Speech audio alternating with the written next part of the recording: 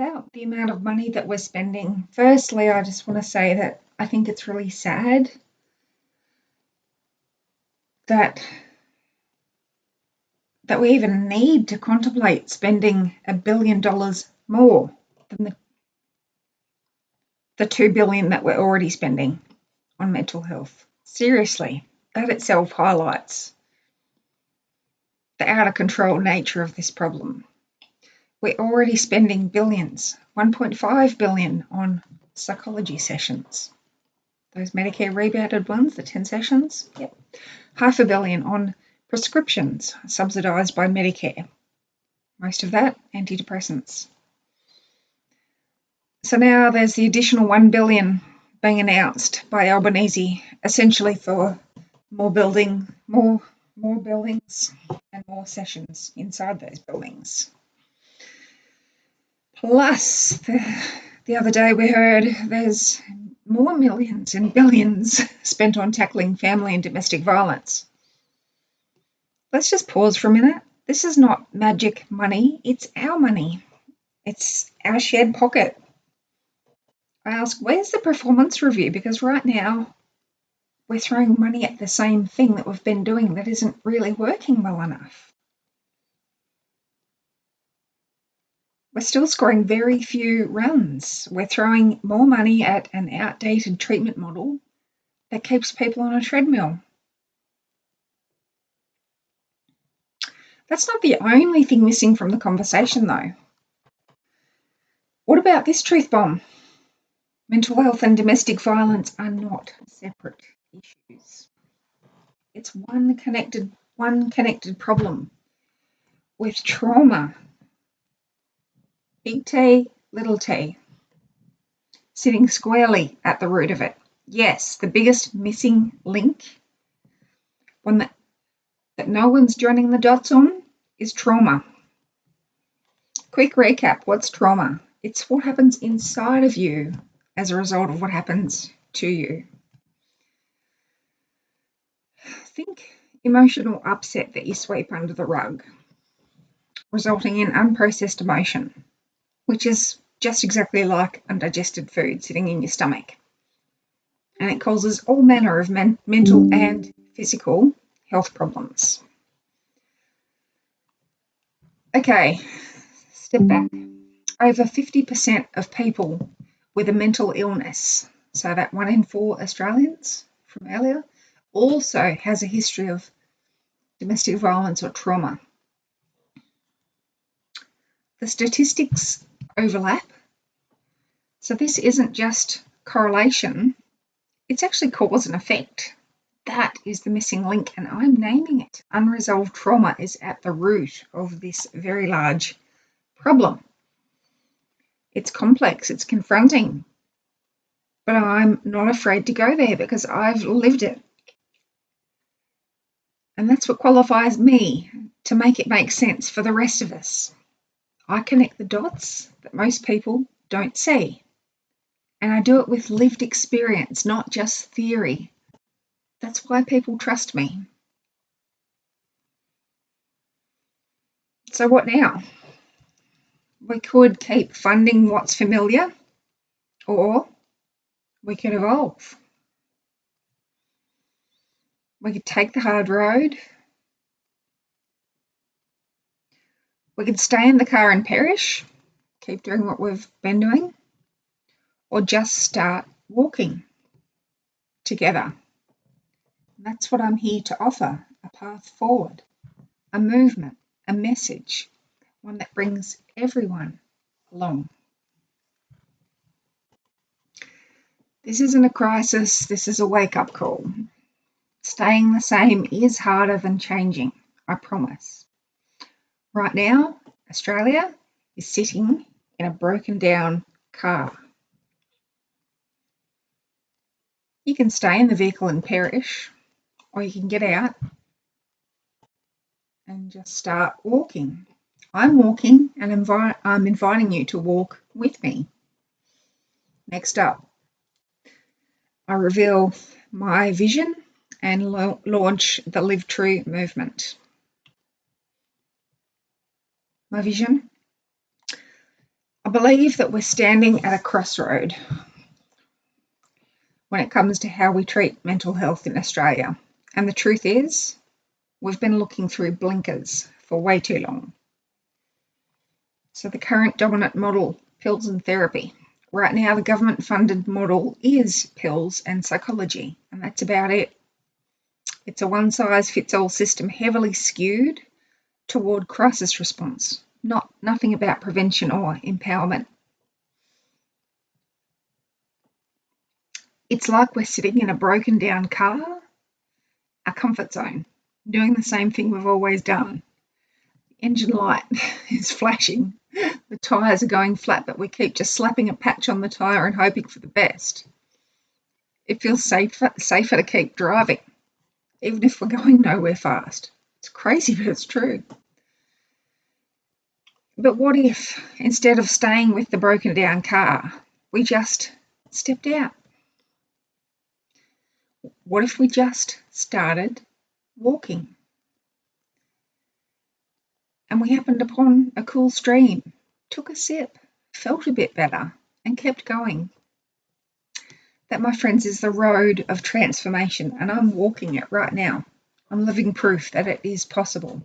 I want others to know that road exists.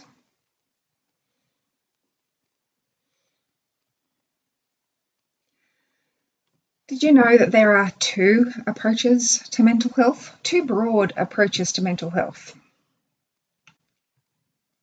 I believe that we need a new mental health model or framework that recognises that there are two valid approaches. Approach one.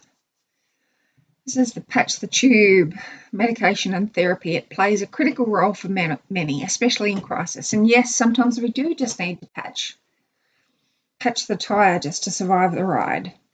Approach two is fix the puncture, go deeper and address why the tyre keeps going flat in the first place. This might mean restoring natural brain chemistry and the feel-good chemicals the body produces naturally. How come that's out of balance? Rebuilding emotional regulation capacity, reconnecting with yourself, with nature, with community. Right now, the government funds only the first approach. The second approach is entirely missing. It's the one that I stand for. I've got two bold suggestions for government. One, a $50 voucher towards a self-care appointment for every Australian adult. Let's face it, we could all use a self-care boost. I've watched Bathurst. No racing car does the whole race without a pit stop. We're the same. We need pit stops too. What if our wheels get wobbly and fall off? The whole show stops. The people are the money. If our wheels get wobbly and fall off, the whole show stops. It's worth pouring into us. Government should be sending us this message and helping us do exactly that. Let Australians choose their own self-care appointment. It could look like acupuncture, massage, a journaling workshop, a hairdresser's appointment, or mindset coaching. Put empowerment put it back in our hands. Let us make the decisions about what we need to do to make ourselves feel a little bit better, because that can go a really long way. Suggestion number two for the government. How about subsidising the wider mental health workforce, not just psychologists? If we take the blinkers off and we include allied health professionals, the trauma-informed counsellors, social workers, people trained in mental health first aid. What about the growing number of life coaches across this country? Science communicators, like I'm doing now. How about if access to all of those, how about if the GP-approved mental health care plans allowed access to that wider mental health workforce, not just the psychologists?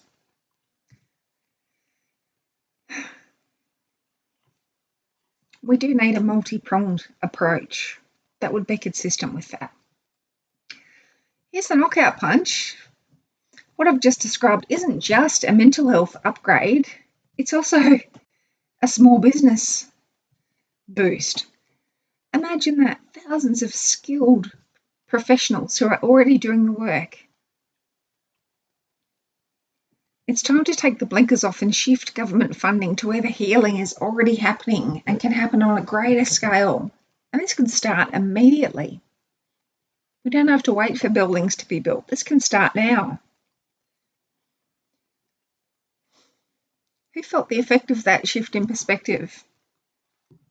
Think about that for a moment. An immediate boost to the mental health workforce just by widening the lens. Did you feel a shift from helpless, overwhelmed to, hey, this might just work? I've got 3 top tips for people right now.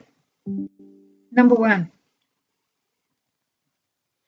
be kind to nature or your pet.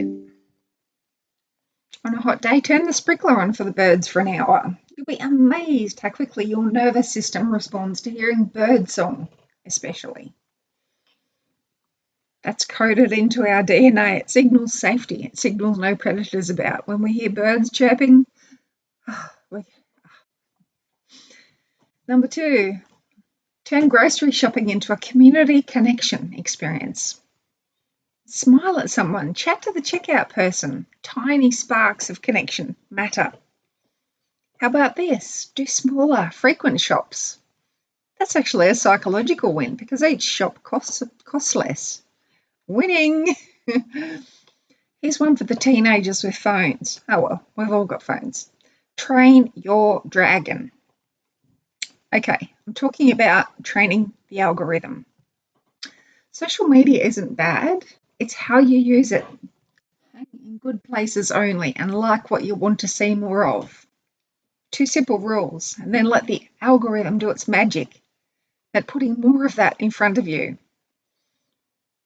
And I would say big yes to chatting with AI. Might feel a bit new, different, strange, chatting with a computer. It's actually pretty good. Think of AI as your super intelligent best friend, and it definitely can help you process your thoughts and feelings. I use it regularly. Mental resilience is like brushing your teeth. You need to do it daily. This is a way you can process your thoughts and feelings at your fingertips. No appointment necessary. Give it a go. Bonus tip, connect with another human being, have meaningful conversations. Doesn't have to be in person, can be online. Private Facebook groups are brilliant for this. Find your tribe. And while you're there, ask the deeper questions. Ask, what's the matter? What's the matter? How come we don't say what's the matter anymore? Didn't we used to say that when a child was upset? What's the matter? Not, are you okay? That kind of invites a yes, no answer. We need to ask open questions and allow people to talk about what's the matter. You're not broken.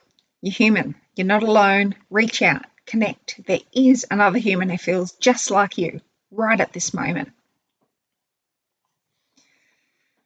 Let's reimagine what a better mental health landscape could look like in Australia and start walking that path together. Let's step up. Let's lead this thing, Australia. My bold vision for society as a whole. Number one, that there is no such thing as a mental health disorder, that we're all experts at emotional regulation, so we don't end up at diagnoses. Number 2, that there's an end in sight to generational trauma. Future generations don't repeat the mistakes of the past. Want to hear my big, audacious goal? Everyone's got to have one of those. It's to cut the mental health crisis in Australia in half. I believe through communication and connection, alone, we can reduce the incidence and severity of emotional mental distress by 50%. At least 50%. Okay, back to the here and now. 1 in 4 Australians are in trouble right now, stuck, struggling, suffering. The other 3 in 4, I see you too. You're coping, but only just. You're not in crisis yet, but you're not thriving either. You could be if you had the right tools and guidance. That's the full spectrum. Here's the exciting bit. I'm building something that speaks to all of it. Recovery for those who need it, and prevention and clarity for those who want to stay ahead of the spiral. Because this isn't just about health anymore, this is about our future. Is there a silver bullet that cuts through all the noise? I believe yes. I believe that authenticity is our North Star. Stay tuned for more in the Live True movement and how you can join. That's what Live True is all about. It's a movement that I'm launching today.